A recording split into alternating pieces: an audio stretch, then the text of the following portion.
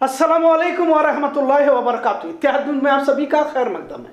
वैसे मुल्क में बेरोजगारी तारीखी मियार पर पहुंच चुकी है। महंगाई, ठप कारोबार पर वैसे भी कोई बोलना नहीं चाहता, जबकि महंगाई, बेरोजगारी, ठप कारोबार, बंद फैक्ट्रियां तकरीबन दरमियानी क्लास के लोगों से जुड़ा हुआ रोजमर्रा का सवाल है। पर सभी को दिलचस्पी हिंदू मुस्लिम से है। मजहबी मामले में बेवजह दखल देने की नई रस्म जारी हुई है, लिहाजा इसके साइड इफेक्ट्स भी देखे जा रहे हैं। इख्तदार पजीर अपना तसल्लुत, अपना रसूख इस्तेमाल कर इंतजामिया पर दबाव बनाना चाहती है, और बहुत कम पुलिस अफसर होते हैं जो इंतजामिया के दबाव में काम नहीं करते, वरना तो उमूमन कोई सियासी लीडरों से उलझना नहीं चाहता। बेलगाम, हुबली जैसे शहरों में अफसरान कुछ दे लेकर अपना तबादला भी करवाते हैं ताकि कमाई के साथ आराम भी मैसर हो जाए। आपको बेलगाम जैसे शहर में कई ऐसी कॉलोनियां बनती जा रही हैं जहां पर वजीफे आप तैन के रिटायर्ड सरकारी अफसरान ने हमेशा का कयाम यानी कि यहीं पर वह रिहाइश पजीर हुए हैं। खैर, आज इस मौजू पर तबसरा इसलिए भी करना पड़ रहा है क्योंकि बेलगाम जैसे पुरअमन शहर में कत्ल की वारदातों में जबरदस्त इजाफा होता जा रहा है। आज हुबली में वास्तु के माहिर चंद्रशेखर गुरुजी का कत्ल सामने आया हुआ है। यहाँ कुछ अजनबी लोगों ने एक होटल में गुरुजी पर चाकू से हमला कर दिया, जिसमें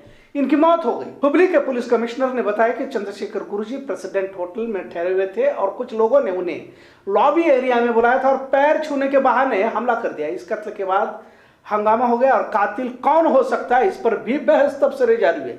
कत्ल की वारदात होटल के सीसीटीवी में कैद हो गई, लेकिन पुलिस ने कुछ ही घंटों में कातिलों को गिरफ्तार किया, तो इसके भी तार बेलगाम रामदुर्ग से जुड़े होने की इत्तला हासिल हुई है। सड़क पर जेसीबी को लगाकर फिल्मी अंदाज में रामदुर्ग से मानते शिरूर और मंजुनाथ दुमवाड़ को गिरफ्तार किया गया। आपको इस बात पर भी हैरानी होगी कि इस मामले को तक हिंदू मुस्लिम करने की कोशिश भाजपा संघीय आईटी सेल की जानिब से की गई। इस कत्ल के लिए मुसलमानों को जिम्मेदार ठहराने का नैरेटिव भी चलाने की कोशिश जारी रही। खैर, अब मामला प्रॉपर्टी का होने की बात सामने आ रही है। अब पिछली कुछ वारदातों का जिक्र करेंगे तो बेलगाम शहर और अतराफ में जुर्म का मियार यानी कि जुर्म का ग्राफ कैसे बढ़ता जा रहा है, इसका अंदाजा लगाया जा सकता है। वैसे पुलिस की जानिब से कुछ राउडी शीटर्स के घरों पर छापे मार दिए गए, या फिर विशाल सिंह चौहान के पांव पर एसीपी नारायण बर्मनी ने गोली चलाकर मुजरिमों के दिलों की धड़कनें जरूर तेज करने की कोशिश की है। लेकिन जिस तेजी से जुर्म बढ़ता जा रहा है, अवाम भी कुछ हद तक डर खौफ के साए में देखी जा रही है। आज फिर एक बार मुतगा गांव में बिना सर के धड़ को बरामद किया गया है, जिससे और एक बार दहशत का माहौल देखा जा रहा है।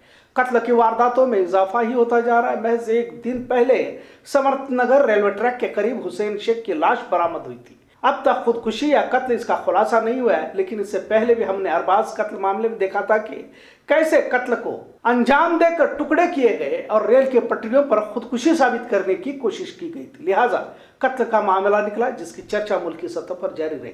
इससे पहले भी गोंडवाड़ गांव में देवस्थान की जगह को लेकर सतीश पाटिल का कत्ल किया गया, जिससे पूरा गोंडवाड़ गांव जल गया, गाड़ियां, मकान जलाए गए। अगर पिछले 2-3 महीने का जायजा लिया जाए तो 8 से भी ज्यादा कत्ल की वारदातों का जिक्र किया जा सकता है। 15-20 साल पहले बेलगाम में गैंगवार हुआ करता था।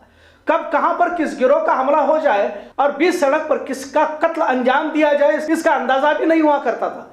गैंगवार का दौर भी बेलगाम शहर ने देखा, पुलिस की कार्रवाई, एनकाउंटर भी इसी शहर ने देखे।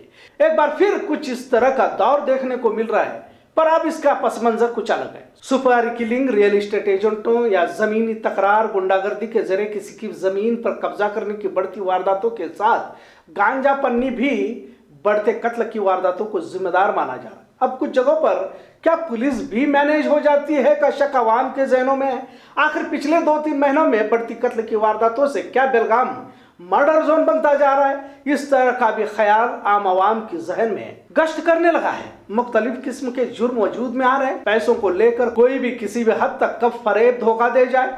कुछ पढ़े लिखे नौजवान तक नौकरियां न होने की वजह से चोरी डकैती के साथ गलत कामों में मुलविस होते देखे जा रहे। एक वजह यह भी देखी जा रही कि ऐश परस्ती के आदी होते नौजवान आसान रुपए कमाने के रास्ते तलाशते हुए जुर्म के रास्ते पर चलने लगते हैं। नौजवानों को एक बात ज़हनशीन कर लेनी चाहिए कि कामयाबी का कोई भी शॉर्टकट नहीं होता। लिहाजा ईमानदारी, मेहनत के जरिए ना सिर्फ हलाल बल्कि कामयाबी भी इन्हीं रास्तों पर हासिल होती है। जल्द अमीर बनने का ख्वाब, फिल्मी अंदाज में जिंदगी गुजारने की ख्वाहिशें कब इंसान को गलत रास्तों पर ले जाती है, समझ में नहीं आता। खैर, बढ़ता जुर्म का ग्राफ पुलिस इंतजामिया के लिए लम्हा फिक्र जरूर है। सुपारी लेकर कत्ल की वारदातों को अंजाम देने वाले गिरोह भी सरगर्म हो चुके हैं। आज का चंद्रशेखर का कत्ल भी इसी पस मंजर में देखा जा रहा है। आज जो लाश मुतगा गांव के कुएं से बरामद हुई है, इसकी तहकीक को तफ्तीश जारी है। मार्च महीने से लेकर अब तक रियल एस्टेट एजेंट राजू दोड्डनवर का कत्ल मंडोली रोड पर मिर्च की पाउडर आंखों में डालकर किया गया। बड़ी बालेकुंद्री के करीब कपड़ों की मिल के पास मामूली बहस की वजह से कत्ल को अंजाम दिया गया। किला तालाब के करीब घरेलू मामले में हिना कौसर नदाब का दिन दहाड़े उसी के शौहर ने कत्ल किया। वड़गांव में शंकर पाटिल जो गौड़ी काम करता था, इसका कत्ल किया गया। एल्लूर सुलगा के करीब इसी दौरान कत्ल को अंजाम दिया गया, जिसे मारकर झाड़ी में छिपाया गया था। जेब में मिले कागजात से मंड्या का ए नवीन कुमार से शनाख्त हुई। मई महीने में ज्ञानेश्वर कामानाचे का विजयनगर में कत्ल किया गया। ज्ञानेश्वर हलगा गांव का था जो मैकेनिक का काम करता था। मामूली वजह कत्ल में तब्दील हो गई। कंगराड़ी में इसी तरह कत्ल हुआ। लिहाजा तमाम मामलों की फहरिस्त को देखते हुए आखिर कोई कातिल इतना बेखौफ कैसे हो सकता है। कई मामले घरेलू थे तो कई पैसों की लेन देन की वजह से हुए तो कुछ पेशावर कातिलों की। लिहाजा अक्सर कातिल हमारे ही माशरे का हिस्सा होते। आखिर जुर्म की ये लकीर यूं ही तवील होती जा रही है। अब सबसे अहम किरदार ही पुलिस का होता है। जिस तरह से शहर और अतराफ में बढ़ता जुर्म का दायरा, इस पर लोगों की राय भी जानने की कोशिश की तो माशरे में बढ़ती बेरोजगारी, महंगाई, बंद होती कंपनियां, फैक्ट्रियां, ठप कारोबार तो असल वजह है ही। लेकिन कुछ लोगों ने इंतजामिया पर भी सवाल उठाए। इंतजामिया कहीं तो सरकारी दबाव के साथ पैसे वालों की तरफ झुकाव देखा जाता है। अगर मुजरिम पैसे वाला है तो फिर उसके साथ नरम रवैया पुलिस का होता है, और गरीब होता है तो इस पर सख्त अल्फाज इस्तेमाल किए जाते हैं। ईमानदारी से पुलिस कार्रवाई होने लगे तो जिस तरह बेलगाम में गैंगवार खत्म हुआ था, उसी तरह सुपारी किलर्स भी डर जाएंगे। लोग जुर्म का रास्ता छोड़कर सही रास्तों पर चलने की कोशिश जरूर करेंगे। इन तमाम के पीछे हुकूमतों की भी कोशिश जरूरी है, पर शायद अब माशरे के समाजी मसाइल पर हुकूमतें संजीदा है या नहीं समझ में नहीं आता, क्योंकि महंगाई, बेरोजगारी पर सवाल करने के लिए आपको मजहबी तशद्दुद और हिंदू मुस्लिम मसाइल में उलझाया जा रहा है, और शायद यही जुर्म के बढ़ने की असल वजह हो सकती है। ना सिर्फ बेलगाम बल्कि मुल्क की सतह पर जुर्म का ग्राफ बढ़ता जा रहा है। अकलियती माशरे के घरों पर बुलडोजर चलाने की फिक्र में माशरे का अक्सरियत तबका दिगर रोजमर्रा के मसाइल से भी परेशान है। शायद ये हुकूमत भूलती जा रही है, जानबूझकर इसे नजरअंदाज किया जा रहा है। बहरहाल बेलगाम शहर और अतराफ में बढ़ती कत्ल की वारदातें पुलिस के लिए चुनौती जरूर साबित हो रही है। वैसे बेलगाम का बारिश भी काफी मशहूर है, और जब आसमान से पानी बरसने लगता है तो कारपोरेशन और सरकारी महकमा भी फिक्र में मुलविस होने लगते हैं। अब असल बारिश की शुरुआत हुई है, ऐसा लग रहा है। आज पूरे दिन भर में बारिश जमकर बरसी। जाहिर है कुछ इलाकों में पानी जमना शुरू हुआ है। पुरानी पीबी रोड ब्रिज के नीचे तकरीबन दुकानों में ड्रेनेज का पानी दाखिल होने का नजारा देखने को मिल रहा था। इसी तरह शहर में अलग अलग जगहों पर पानी जमने की इत्तला हासिल हुई।